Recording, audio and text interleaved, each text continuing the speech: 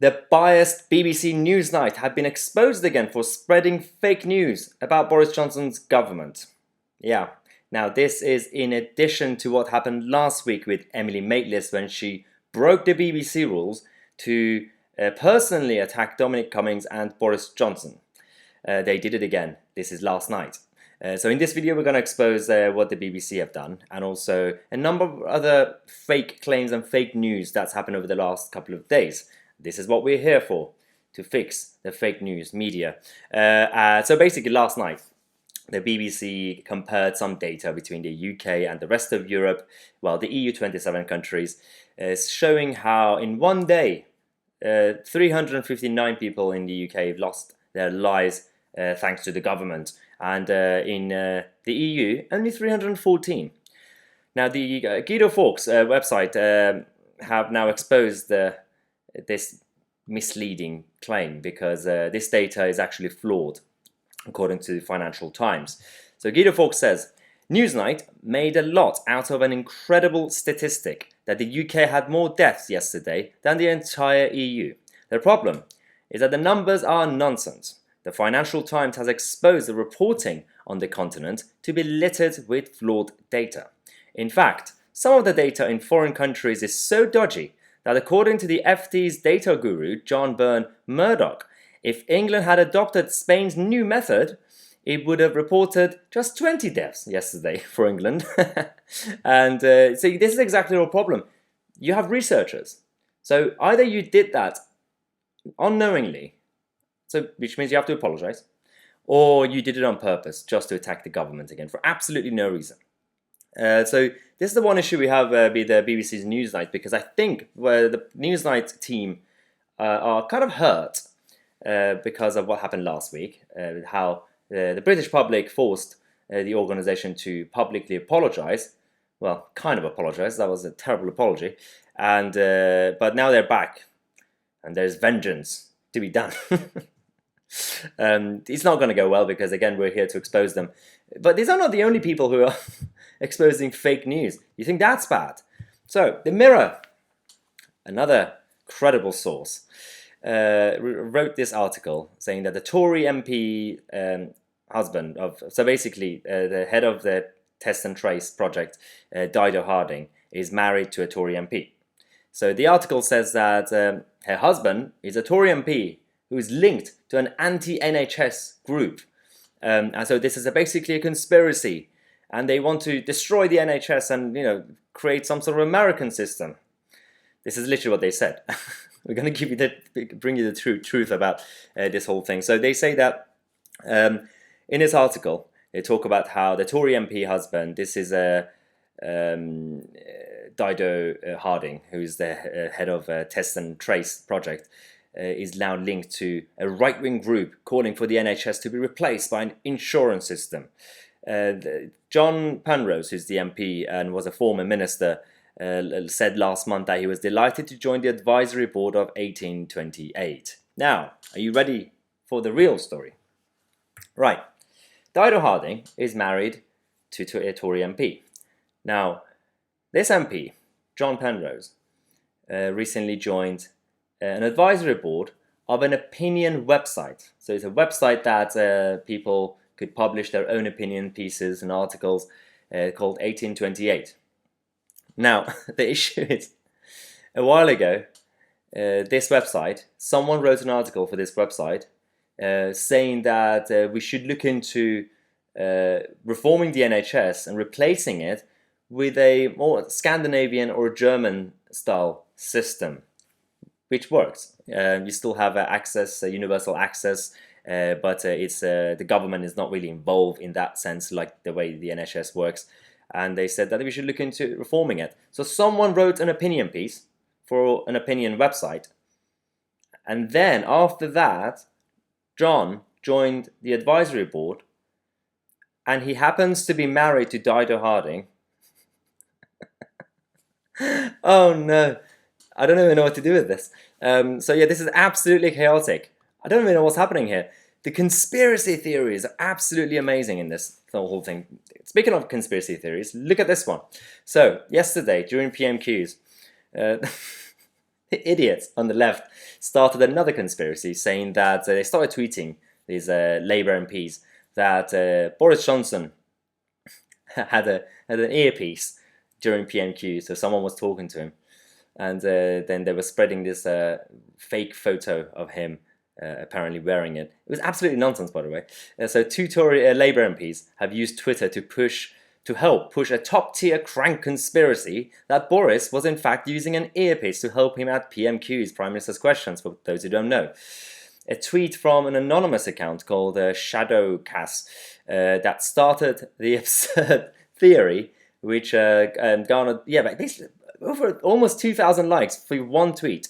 And then this was actually retweeted by Steve McCabe, the MP for Selly Oak in Birmingham, saying that sort of thing our politics doesn't need, especially at this time. It would be better for the Prime Minister to clear it up immediately.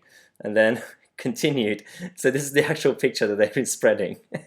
And then, after this, you had more Labour MPs. Bill Esterton saying that suggestions that Johnson had an earpiece in for the Prime Minister's Questions. If he was receiving help, it didn't know. Well, actually, it didn't show.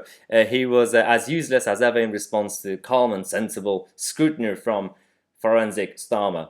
And then you had the last one, Jeremy Corbyn's former PPS, Kate Holland, saying that basically Jess Phillips said Boris Johnson is really crap, and Kate said even with the earpiece in.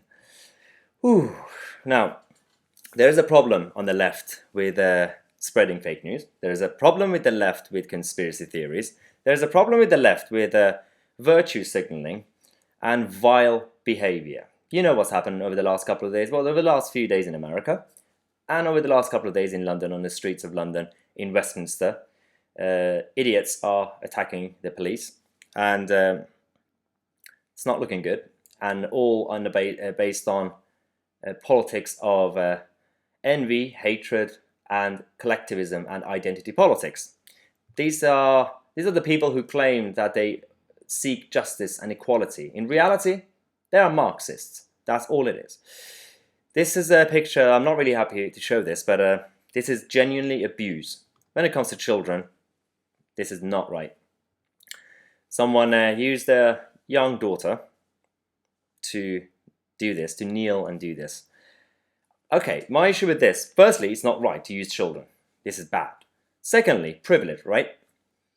Looking at that house, that door, the tile, the wood, the standard of living, the socks that she's wearing, how dirty it is.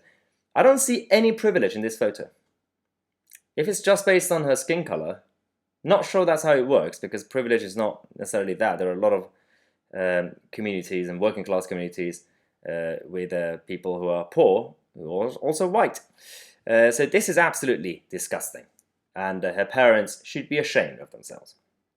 And so I'm really worried that this behavior is brainwashing our young people in politics. This has to be stopped. But speaking of young people and being brainwashed, vote for 16 and 17 is now here. Yeah, it's here in Wales. 16 and 17-year-olds secure the right to vote in Wales. This is a few days ago. Yes, get ready for British politics to go down like Titanic. I've always said this is the biggest risk that we have to stability of our democracy, because the moment, this is obviously just in Wales for now, but this is for now, the moment the Labour government, the Labour Party gets into government next time, it could be 5 years, 4 years, it could be 9 years, it could be 14 years, doesn't matter. I can assure you, the moment they get into power, they're going to do this.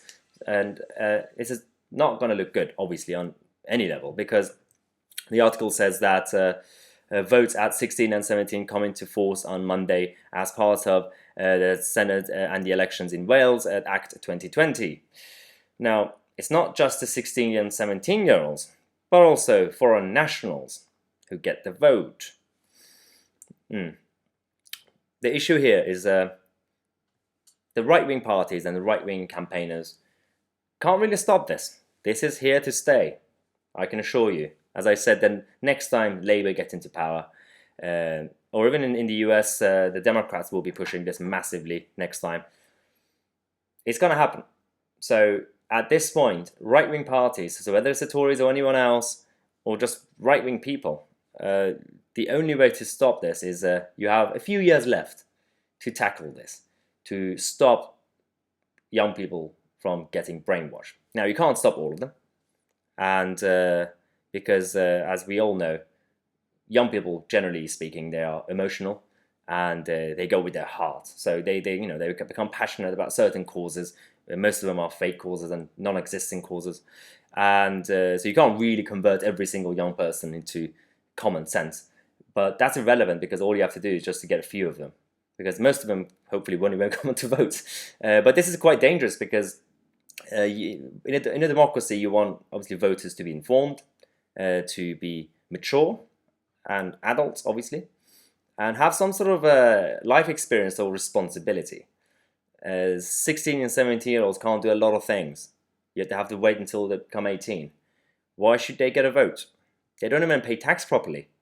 And yeah, so this is a very dangerous route that we're going, and nothing in the media about this. The media not only don't care, they're actually supporting this whole thing, because they say, yeah, moral equality, yeah, let's give a vote to toddlers as well.